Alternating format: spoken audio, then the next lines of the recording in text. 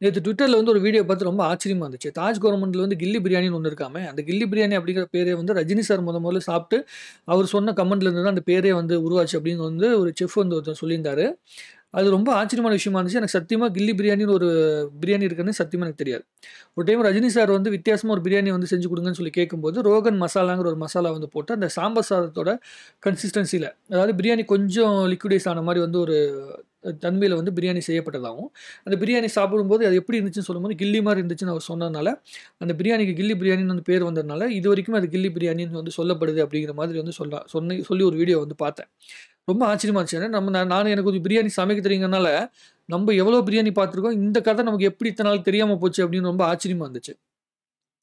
So அந்த பிரியாணி வந்து ஒரு நாள் செஞ்சு பார்க்கணுங்கிற ஆசை ரொம்ப அதிகமா வந்துருச்சு. கண்டிப்பா செஞ்சு அத நம்ம சேனல்ல வீடியோ போட முயற்சி பண்றேன். தனியாவே எல்லா விஷயம் பண்ணிட்டு இருக்கனால, இதுக்கு எப்படி கேமரா பிளேஸ் பண்றது அதெல்லாம் நமக்கு தெரியாது. நீங்க கொஞ்சம் அது பரவாயில்லன்னு சொல்லிட்டீங்கன்னா, ஒரு நாள் ட்ரை பண்ணி அதையும் நான் வந்து செஞ்சு ஒரு வீடியோவ வந்து போடுவோம். ரொம்ப ஆச்சரியமா இருக்கு. ஒரு அவ்வளோ பெரிய ஹோட்டல்ல வந்து ரஜினி சார் உடைய ஒரு கமெண்ட் வச்சு அது ஒரு மிகப்பெரிய ஒரு ஒரு பிராண்டாவே உருவாகி, ஏகப்பட்ட பேர் வந்து அந்த கில்லி பிரியாணின்னே வந்து பார்த்தீங்கன்னா, ரொம்ப ஃபேமஸா போயிட்டு எல்லாம் கேட்பாங்களாம். அதுக்குன்னே வந்து போய் ஆர்டர் பண்ணி சாப்பிடுறவங்கலாம் உண்டு அப்படிங்கிற மாரி கேட்கும்போது ரொம்ப ஆச்சரியமா இருக்கு. எந்த அளவுக்கு அவங்க ரொம்ப அற்புதமா அந்த விஷயத்த எப்படி ஃபீல் பண்றாங்க அப்படிங்கிறது உணர முடியுது. இன்னும் இத வந்து பார்க்கும்போது எனக்கு இன்னொரு விஷயம் என்ன ஞாபகம் வந்துச்சுன்னா, கபாலி படத்தப்போ ஷூட்டிங் பார்ட்ல ஒரு சேர்ல வந்து ரஜினி சார் உட்கார்ந்திருந்ததுனால, அந்த சேர வந்து மலேசியாலயோ எங்கேயோன்னு நெனைக்கிறேன். சேர்ல உட்கார்ந்திருந்ததுனால, அந்த சேர வந்து ரஜினி சார் உட்கார்ந்த சேர் அப்படிங்கிறனால, அந்த சேர யாரும் யூஸ் பண்ணக்கூடாதுன்னு அதில வந்து பேர் எழுதி, ரஜினி சார் உட்கார்ந்த சேர்ன்னு சொல்லி வந்து அத பத்திரமா எடுத்து வச்சிருக்காங்க அப்படின்லாம் நான் கேள்விப்பட்டுருக்கிறேன். யாரோ ஒருத்தருக்கு வந்து பார்த்தீங்கன்னா, ஏதோ ரூ. 1 காசு வந்து ஒருத்தர் குடுத்தாரு. ரஜினி சார் வந்து ஒரு டைம் குடுத்திருந்தாருன்னு சொல்லிட்டு, அந்த ரூ. 1 காச வந்து அவர் பத்திரமா வச்சிருக்காரு. அந்த காசு வந்ததுக்கு பிறகு தான் என் லைஃப்ல வந்து நெறைய மாற்றங்கள் ஏற்பட்டுச்சு அப்படிங்கிற மாரிலாம் வந்து பேசினதாவும் நான் கேள்விப்பட்டுருக்கிறேன். இப்படி நெறைய கதைகள் வந்து சொல்லுவாங்க. இது வந்து பார்த்தீங்கன்னா, எப்படி சொல்றது? நீங்க மூட நம்பிக்கை அப்படின்னு எடுத்துக்கிட்டீங்களா விட, ஒரு அபரிமிதமான அன்பின் மூலமாக வருகின்ற நம்பிக்கை, தன்னம்பிக்கையை அதிகப்படுத்துற ஒரு விஷயமா நம்ம எடுத்துக்கணும். சில விஷயங்கள வந்து நம்ம ரொம்ப ஆராய்ச்சி பண்ணிக்கிட்டோ, இல்ல வந்து ரொம்ப தர்க்கம் பேசிக்கிட்டு இருந்தோம்னா ஒண்ணும் வேலைக்கு ஆகாது. ஒருத்தவங்க புடிச்சவங்க இப்ப நம்ப அ பெத்த அப்பா, அம்மா வந்து மொதல்ல நமக்கு வந்து ஒரு அமௌண்ட் கையில காசு குடுக்குறாங்க. இத பத்திரமா வச்சுக்கோன்னு குடுக்குறாங்கன்னா, அந்த காச உடனே செலவு பண்ண மாட்டோம்ல. கொஞ்ச நாளைக்கு வச்சிருப்போம்.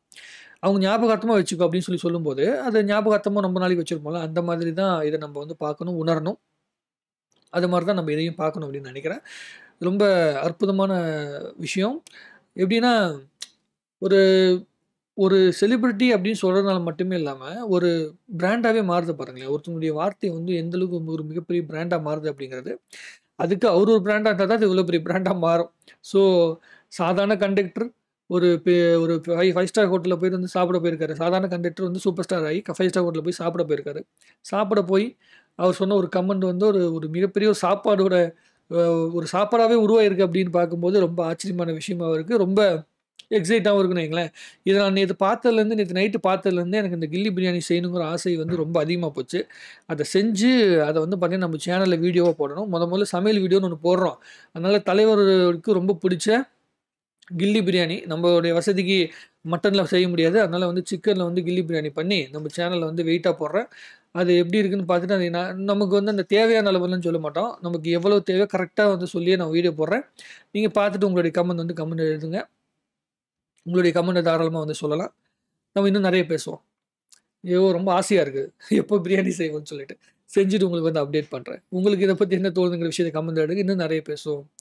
வாழ்க தமிழ்நாடு! வளர்க தமிழ் மக்கள்!